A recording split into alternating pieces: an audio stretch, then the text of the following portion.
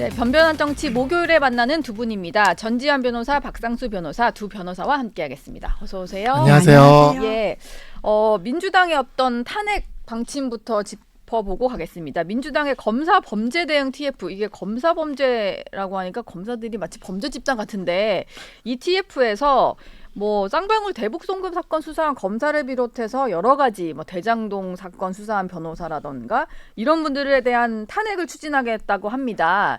4명 중에 3명이 이재명 대표 리스크와 관련이 있더라고요. 네, 그 검사 3명은 이제 그 대북 송금 사건에 관여했던 사람이고 또 나머지는 그 대장동 사건, 그다음에 백현동 사건 수사했던 분, 그다음에 또 이제 장시호가 얘기했던 김영철 검사까지 해가지고는 여러 명 5명 정도 좀 넘는 것 같은데요. 네. 근데 굳이 얘기를 안 해도 이게 말이 안 된다는 건 다 아실 거예요. 왜냐하면은 그 대북 송금 관련해서 수사한 검사들은 이화영 씨가 계속 얘기를 했었잖아요. 회유했다고 이렇게 얘기를 했는데 처음에 그 시기부터 장소부터 나중에는 술을 먹었다 안 먹었다까지 계속 말이 바뀌었어요. 예. 이재명 대표가 애완견이라고 말했던 언론이 이화영 씨의 그 옥중 서신부터 해가지고 진술을 다 기사 보도를 해줬는데 이게 결국은 수원지검에 의해서 다 반박이 됐고 더 이상은 말이 안 나왔거든요. 예. 그다음에 대장동 백현동 검사도 이제 한 분은 그 한명숙 그 전 총리의 그 회유와 관련해 가지고는 네. 뇌물 사건과 관련해서 회유에 관여했다는 의혹을 받고 있는데 이것도 지난 문재인 정부 때 이문정 검사가 들어가 가지고는 계속 조사를 했던 건데 예. 결국 안 밝혀지고 당시 회유했다고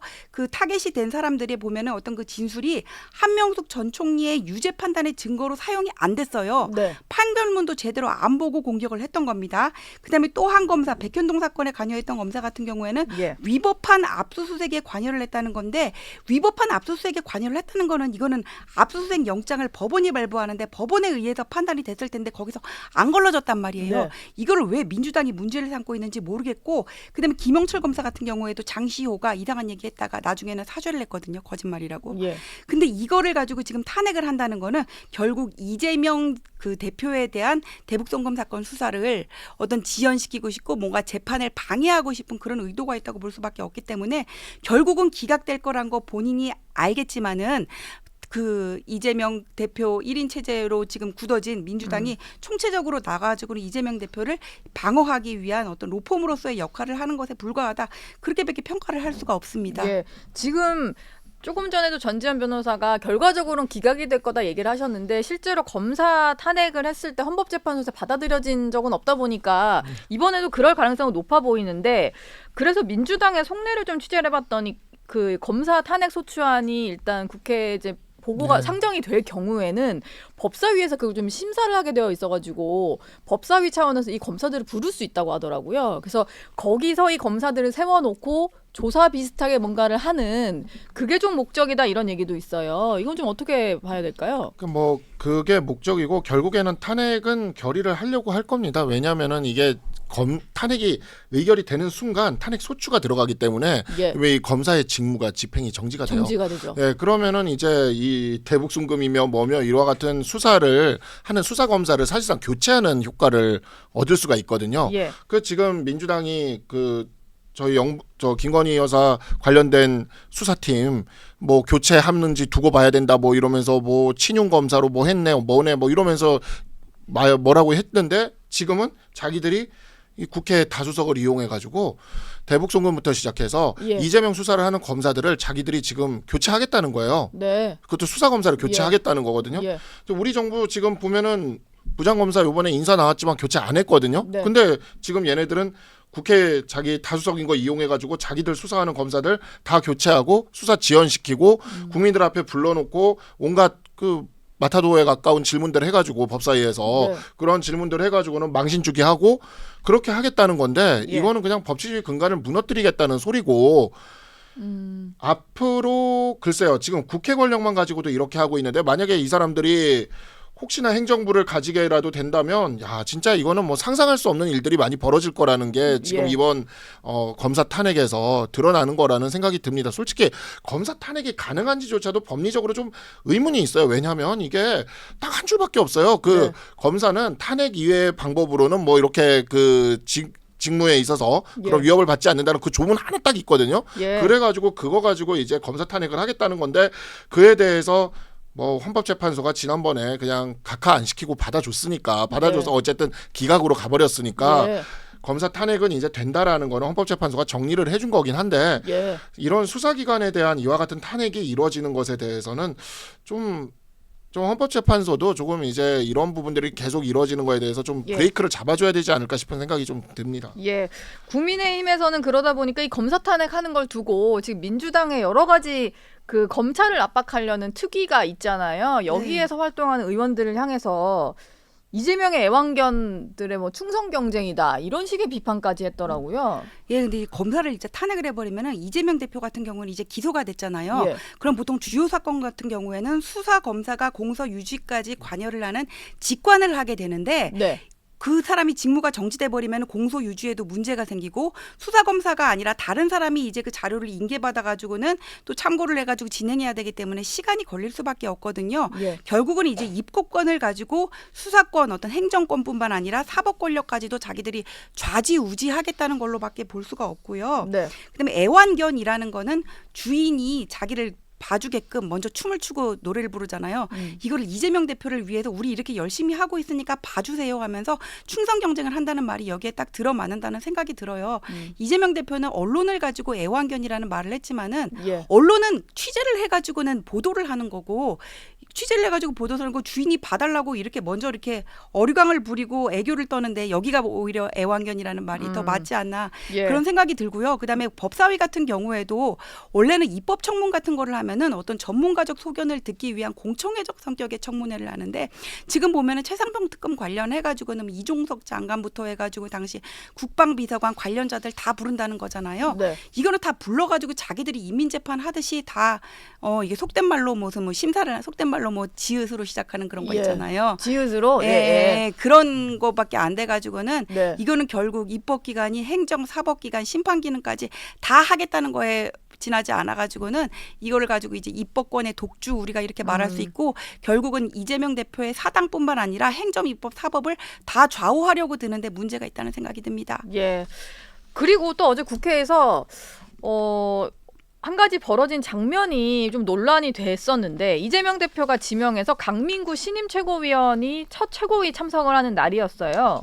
근데 이 대표를 향해서 90도 인사를 하고 민주당의 아버지다 뭐 이런 표현을 쓰더라고요. 근데 보통 민주당의 아버지라고 할 것 같으면 되게 예전에 민주당의 어떤 기틀을 잡은 정치인을 얘기를 할 것 같은데 이재명 대표가 아버지래요. 이거 어떻게 들으셨습니까? 이 관련돼서 제가 오늘 아침에 오다가 보니까 그 저랑 같이 요번에 인재 영입된 김금혁 그 예. 김금혁 씨. 씨라고 해야 되나요? 네, 김금혁 예. 씨라고 해서 탈북하셨던 네. 분이시고 이분이 SNS에 올리셨더라고요. 네. 북한의 그 전체주의적인 독재 문화가 싫어서 이렇게 대한민국에 왔는데 대한민국이 지금 딱 그 독재의 그림자가 시작됐다 이렇게 이야기를 하는데 제가 느끼기에도 지금 보면은 기본적인 삼권 분립이나 법치주의 자체를 지금 민주당은 무너뜨리는 방향으로 끌고 가고 있거든요. 예. 거기다가 이제 당의 최고위원회에서 민주당의 아버지, 정말 깜짝 놀랐습니다. 그래서 예.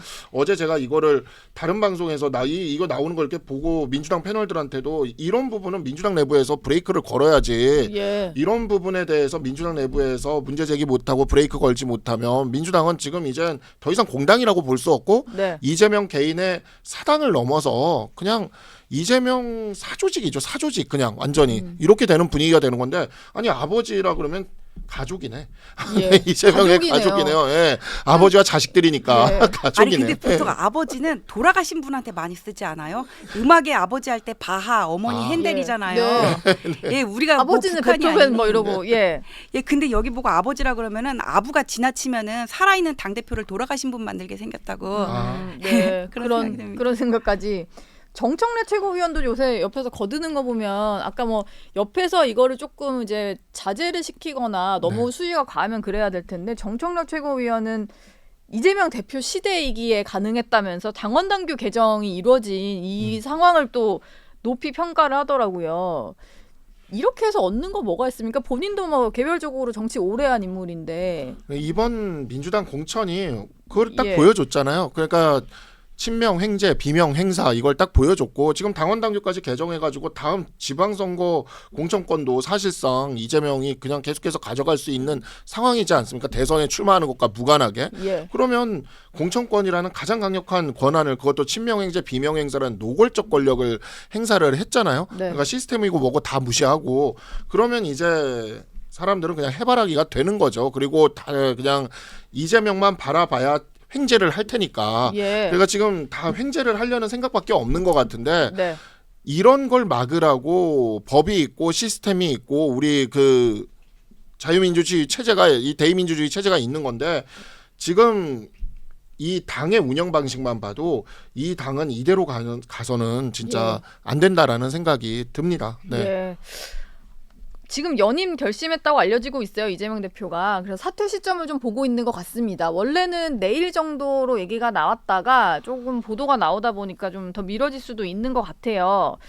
뭐 사실상 연임을 할 것 같은데 문제는 전당대회에 정말 아무도 안 나와서 이게 찬반 투표로 가게 되면 그 모양새도 별로 좋아 보이지는 않거든요. 근데 좀 도전장 낼 만한 사람이 있을까요? 도전장을 낼 만한 사람은 없는데 도전자를 만들 것 같아요. 예. 왜냐하면 지금 이 민주당 내 상황을 보면은 이재명 대표에 대한 레드팀을 역할을 하는 사람들이 분명 나오거든요. 예를 네. 들면 뭐 7인회 중에 김영진 의원 같은 경우에는 당원 당규 개정을 앞두고 소탐 대실이다.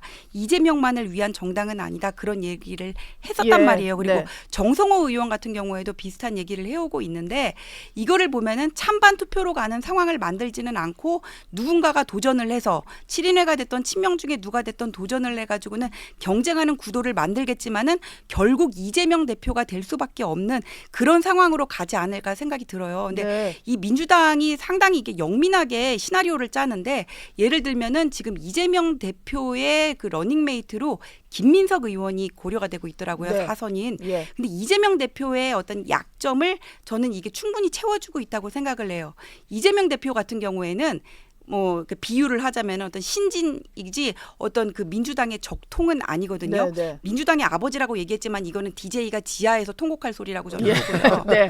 이 적통은 아닌데 김민석 의원 같은 경우에는 김대중 전 대통령이 픽업을 한 그때 정치 신인이었단 말이에요. 예. 그리고 이재명 대표 같은 경우에는 자치단체 장은 오래 했지만은 국회는 달랑 재보궐 포함해서 재선이란 말이에요. 예. 0.5 보통 1.5선 이런 1.5선. 표현 쓰죠. 근데 예. 어떤 정무감이라든지 어떤 그 민주당의 주류라는 점에서 김민석 의원이 이런 부분을 그 약점을 충분히 채워줄 수 있는 사람이라고 생각을 해요. 그래서 구도뿐만 아니라 러닝메이트, 그다음에 당원 당규의 정당성 이런 부분까지 네. 민주당은 지금 상당히 꼼꼼하게 지금 시나리오를 만들고 있기 때문에 누가 봐도 찬반 투표라고 볼 만한 그런 상황은 절대 안 만들 겁니다. 일부러라도 네. 후보를 내서 혼자 남아서 찬반 투표하는 이런 건 안 만들 거다. 사실 찬반 투표로 가면 아까 김금혁 씨가 얘기했던 대로 너무 북한 느낌스럽고 네. 이게 그냥 이 정도의 의석수를 많이 가진 정당에서 너무나 좀 무책임한 일 아닌가라는 생각도 좀 들어요. 저렇게 예. 충분히 전지현 변호사님 말씀대로 그와 같은 과정으로 갈 수도 있을 것 같아요. 저도 그러니까 생각을 못 해보긴 했는데 예. 추대로 가지 않을까라고 생각했는데 추대가 모양새가 안 좋으니까 그 원래 북한도 보면은 천도교 청우당 뭐 이런 당들이 있어요. 예. 조선노동당 말고. 네. 그래서 이게 모든 독재 정권이 그 독재 정권의 모습을 보이지 않기 위해서 좀 그런 들러리 정당이 네, 들러리 있군요. 정당, 장식 정당들을 만들거든요. 그러면 예. 뭐 충분히 장식 후보를 만들 가능성이 있겠다라는 생각이 저도 언뜻 지금 듭니다. 예. 예. 근데 뭐 그런다고 한들 본질이 달라지는 것도 아니고 네. 예, 그 거의 뭐 추대나 비슷한 게 다를 게 없는 전당대회가 갈 거기 때문에 예. 저희는 어쨌든 이번에 그 유력 주자들도 있고 전당대회에서 그러면은 굉장히 좀 치열한 전당대회가 지금은 물밑에서 조용하다고는 하지만 막상 킥오프가 되고 나면 굉장히 치열한 전당대회가 저는 펼쳐질 거라고 보거든요. 예. 국민들이 보기에 그게 조금 다소 우리 국민의힘이 시끄러워 보인다 하더라도 네. 국민들이 보기에 저렇게 추대 형식으로 가는 민주당과 그래도 미래를 위해서 치열하게 싸우는 국민의힘 사이에서 어떤 정당이 이 민주주의에 좀 더 맞는 정당인가를 판단하는 그런 순간이 올 거라고 생각을 합니다. 예. 자연스럽게 국민의힘 전당대회 얘기로 좀 넘어가서요. 한동훈 전 위원장이 선거 명당이라고 알려져 있는 여의도 빌딩을 계약을 했더라고요. 어제 저희도 가봤더니 사무실에 집기가 막 들어가는 상황이던데 박성수 변호사도 뭐 도우시는 거잖아요. 네, 뭐 일단은 그 지지를 하고 있고 예. 저는 뭐 인재 영입 때도 그랬고 그랬기 때문에 지지를 하고 있고 그렇긴 한데 일단 당협위원장은 뭐 선거 운동을 적극적으로 못하도록 되어는 있어요. 그렇긴 한데 이 대산 빌딩 가는 거는 제가 이거 어제 명당인 줄 알고 가신 거예요? 그건 모르겠고 제가 네. 대산 빌딩 가는 거를 어제 방송 중에 아나운서 분이 알려줘서 제가 알았어요. 예. 그러니까 어제도 제가 위원장님이랑 통화도 했는데 네. 이렇게 전혀 몰랐어요. 저는 아. 여기로 가는 줄을. 통화를 그래가지고 했지만 사무실이 어딘지 안 알려주신 네. 거예요? 몰랐어요. 네, 예. 그래가지고 그래서 대산 네. 빌딩으로 가는구나라고 해서 그래서 아마 저도 아마 뭐 종종 가 있을 것 같긴 합니다. 예. 네.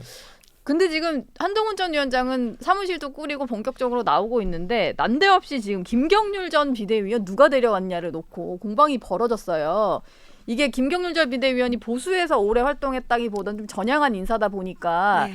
한동훈 전 위원장 주변에 이런 인물이 있다. 정체성을 좀 공격하려고 하다 보니까 데려온 건 한동훈이다. 뭐 이런 얘기가 나온 것 같은데 이게 이철규 의원이 좀 촉발한 논란이거든요. 네. 왜 자꾸 이런 식의 공방이 반복이 된다고 보세요? 그러니까 김경률 의원 같은 경우에는 지난 대선에서 그 이재명 대표의 어떤 그 대장동 사건과 관련해 가지고는 많은 이런 해설을 해 가지고는 사실 그때 떴거든요. 예. 그러면서 그때 이제 전향한 게 아니냐 그런 식으로 이제 받아들여지고 있는데 이런 논란이 계속 있는 이유는 지금 윤석열 대통령과 한동훈 위원장과의 관계가 예전 같지 않게 멀어진 거 아니냐 이런 의심이 있기 때문이라고 저는 보여져요. 네. 그러니까 윤석열 대통령은 한동훈 위원장을 향해서 이제 정치적인 인사라고 얘기를 했고 한동훈 위원장은 뭐 공적인 관계로 협조할 관계다 그렇게 얘기를 했거든요. 그럼 사적인 관계는 멀어졌다는 얘기인가? 네. 공적인 관계로 협조한다는 거는 공적인 관계라는 거는 언제든 또 이해관계에 따라서 멀어질 수 있다는 거 아니잖아요. 예. 그래서 지금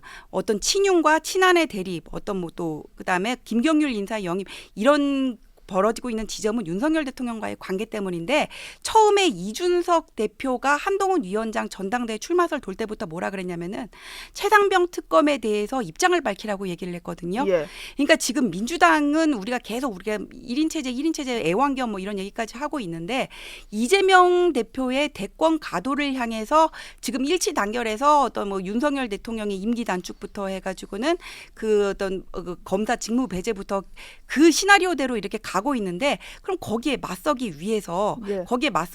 지금 민주당이 던지고 있는 그 창이 뭐냐면은 최상병 특검 김건희 여사 특검이잖아요. 네. 이 부분에 대해서 한동훈 위원장이 좀 입장을 명확하게 밝혀줘야 된다고 생각을 해요. 그래서 예. 일요일 날 기자회견을 한다고 하는데 이거를 어떤 국민적인 눈높이에 맞춰서 아니면 여론에 따라서 그렇게 간다는 거는 어떤 묵시적인 긍정으로밖에 저는 받아들일 수밖에 없다고 생각하고 네. 이 부분에 대해서 한동훈 위원장이 입장을 명확하게 얘기를 해야 여기에 대한 논란이 사실 김경률 위원장 영입 시기가 중요한 건 아니거든요. 네. 윤석열 대통령과의 관계 때문에 이런 얘기가 지금 벌어지는 거기 때문에 이 부분에 대한 입장을 명확히 해야 이런 논란이 저는 수그러들 수 있다고 봅니다. 23일 오후 2시에 뭐 소통관에서 출마 선언할 걸로 다 알려져 있는데 당연히 저런 부분에 대해서는 좀 질문이 나오든 아니 본인이 먼저 얘기를 하든 메시지가 나오겠죠? 네, 아무래도 뭐 이거는 뭐 백브리핑에서도 무조건 나올 수밖에 없는 거니까 먼저 할 수도 있는 것이고 일단은 그것도 그거지만 앞으로 한동훈 위원장이 어떠한 정치를 하고 어떠한 비전을 갖고 있는지가 아마 담기는 게 중심이 될 거라고 생각이 들고 예. 저는 이 김경률 비대위원 관련돼서 이 사안에서 되게 좀 안타까운 게 저도 김기현 대표 때 영입 제의를 받아서 이철규 위원장이 단독으로 있을 때 영입 제의를 받아서 한동훈 위원장이랑 이철규 위원장이 공동으로 있을 때 영입이 돼서 들어온 케이스거든요. 네. 마찬가지로 김경률 회계사도 12월 6일이에요. 제가 제 사진을 보다 보니까 나오던데 12월 6일 날 김경률 회계사랑 저랑 그다음에 이나대 로스쿨의 홍승기 교수님 이렇게 해서 셋이 서초동에서 만났단 말이에요. 그때 네. 만나서 점심은 김경률 회계사랑 저랑 둘이 먹고 차를 이제 홍승기 교수랑 해서 셋이 먹었는데 예. 그때 이제 점심 먹으면서 영입 제의를 서로 받은 거를 얘기를 했어요. 네. 그래 어떻게 할 거냐라고 했을 때 저는 들어가겠다라고 얘기를 했고 김경률에게서는 나는 좀 고사를 할 생각이다라고 얘기를 해서 그래서 제가 같이 들어가자 무슨 이렇게 조국 흑서 때도 그랬고 대장동 화천대유 뭐 이런 것들 다 김경률에게서 밝히지 않았습니까? 예. 그래서 그런 것들 같이 들어가자라고 설득하고 홍승기 교수님까지 오셔서 같이 막 이렇게 김경률에게서 설득하고 있었거든요 그때. 네. 그래서 사실 그게 12월 6일이었고 그다음에 서울에서 6석 나온다는 보고서 나온 게 12월 8일이었고 김기현 대표가 물러난 게 12월 13일이었어요. 예. 그러니까 12월 8일부터는 거의 당무가 정지돼 있는 상황이어서 네. 하여튼 뭐 그런 상황으로 펼쳐졌던 건데 이게 어찌 보면 이철규 의원과 한동훈 위원장 간에 이게 연속선상에서 이어지는 과정에서 벌어진 일들이었고 네. 우리가 다 같이 총선 승리를 위해서 힘을 합쳤던 시절이 있었거든요. 예. 근데 이제 와서 이걸 가지고 이런 어찌 보면 공방전으로 끌고 나가는 게 이게 뭐 선거가 전당대회도 선거니까 벌어지는 어찌 보면 네거티브 공방이라고도 얘기할 수 있겠지만 굳이 그럴 필요가 뭐가 있나라는 생각이 드는 거죠. 네. 그래서 앞으로 이제 전당대회 가게 되는 과정에서 뭔가 비전과 국민들한테 뭔가 설득을 줄 수 있는 그런 경쟁을 해야지 이렇게 어차피 양쪽에서 다 했던 일이에요. 그냥 네. 뭐 예, 김경일 회계사 영입도 그렇고 뭐 예. 다 양쪽에서 했던 일인데 그걸 가지고 뭐 누가 했네 이러면서 이 공방전을 하는 거는 정말 아무 쓸모가 없는 거라는 생각이 듭니다. 그러니까 예. 이런 공방의 본질은 저는 그거라고 봐요. 특검이 이제 민주당에서 발의를 할 텐데 여기 어느 쪽 편을 들 거냐. 예. 저 그거지. 김경률 영입은 뭐 그때 뭐 이철규 의원도 협력을 했을 수가 있는데 그거는 본질은 아니라고 봅니다. 저는 예. 그 얘기를 하고 싶어서 지금 영입 시기까지 나오는 거예요. 지금 당정 관계에 대한 것 때문에 다 이게 불거지는 거다 이렇게 말씀 주셨고 실제로도 뭐 친윤이라든지 당내 일각에서 얘기가 나오는 것은 한동훈 전 위원장이 됐을 때 당정 관계에 대한 우려는 여전하다 뭐 이런 거고 그리고 아무리 아니라고 부인하지만 사석에서 뭐 대통령을 그 사람이라고 했다 이게 여전히 뭐 기정사실화된 것처럼 막 얘기가 나오고 뭐 이러더라고요. 그러니까 그 사람이라고 한 적이 없습니다. 예. 정말이지 그거는 네. 진짜 저도 제가 이제 한동훈 위원장을 5월 중순에 만났잖아요. 만난 거는 그때 2시간 반 동안 얘기를 했는데 한 번도 대통령님이라고 이렇게 얘기를 했지 그 사람이란 지칭을 한 번도 하질 않았어요. 그리고 예. 그 이후에도 제가 한번 여쭤도 봤는데 자기는 그렇게 얘기한 적이 없다라고 얘기를 하고 있거든요. 네. 그러니까 도대체 이런 거가 왜 이렇게 지금 사실에 맞지 않는 보도들이 나오는지 모르겠고 예. 사실 지금 우리 대통령이 민주당의 이 공세 정말 눈에 보이는 공세지 않습니까? 네. 이 공세에 대해서 우리 당에서 누가 이 공세를 막아내는 거에 대해서 반대할 사람이 누가 있습니까? 지금 우리 당에 있는 사람들이 같은 당과 정부에 지금 여당에 있는 사람들이 근데 예. 그런 면에서 저기를 하는 거고 공이고 사는 사라고 이야기하는 거는 원래 한동훈 위원장이 원래부터 그 성공 후사를 내세워 왔고 네. 예, 그 공적인 관계에서 사적인 관계를 이렇게 해서는 안 된다라는 얘기를 하고 있는 거고 대통령과 여당이라는 관계에서 이 관계에서 민주당의 이 공세를 막아내야 된다라는 측면에 있어서 그게 친윤이든 비윤이든 뭐 어떤 계파든 그걸 반대할 수 있는 사람은 이 당에는 없다라고 저는 생각합니다. 그걸 반대할 거면은 이 당에 있으면 안 되죠. 예. 알겠습니다. 그리고 그냥 짧게 좀 하나 궁금한 건데 뭐 한동훈 전 위원장을 지지하는 30명 명단을 뭐 공유했다 뭐 이런 얘기가 있던데 보도가 나왔던데요. 그 어제 저도 계속 전화도 예. 막 받고 그러는데 30명 저는 명단을 공유 받으신 그러니까 거예요? 제가 핵심이 아닌가 봐요.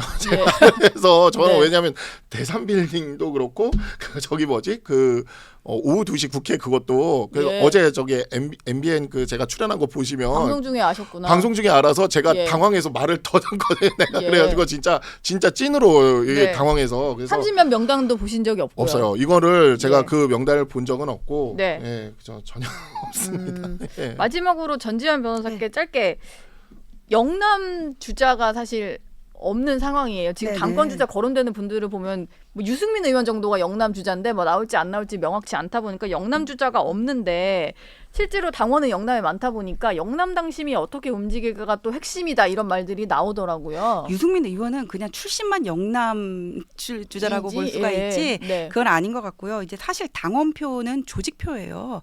그래서 지금 한동훈 위원장의 어대한이 지금 대사라고 얘기를 하는데 실제 원내 그 의원들의 얘기를 들어보면은 예. 또 원내 분위기는 그게 아니라는 것도 있거든요. 예. 그리고 그 친윤이라는 게 이제는 사실상 와해됐다고는 하지만 사실상 국민의힘 내부에서 친윤이 다수인 것도 맞아요. 예. 그리고 대통령 임기가 3년 남았고 뭔가 지금 시점에서 미래 권력과 현재 권력이 충돌하는 지점을 사람들이 다 원하지 않고 네. 그런 식으로 이런 108석밖에 안 되는 당이 분열을 하게 되면은 예. 민주당의 공세를 막아낼 수가 없다고 생각을 하거든요.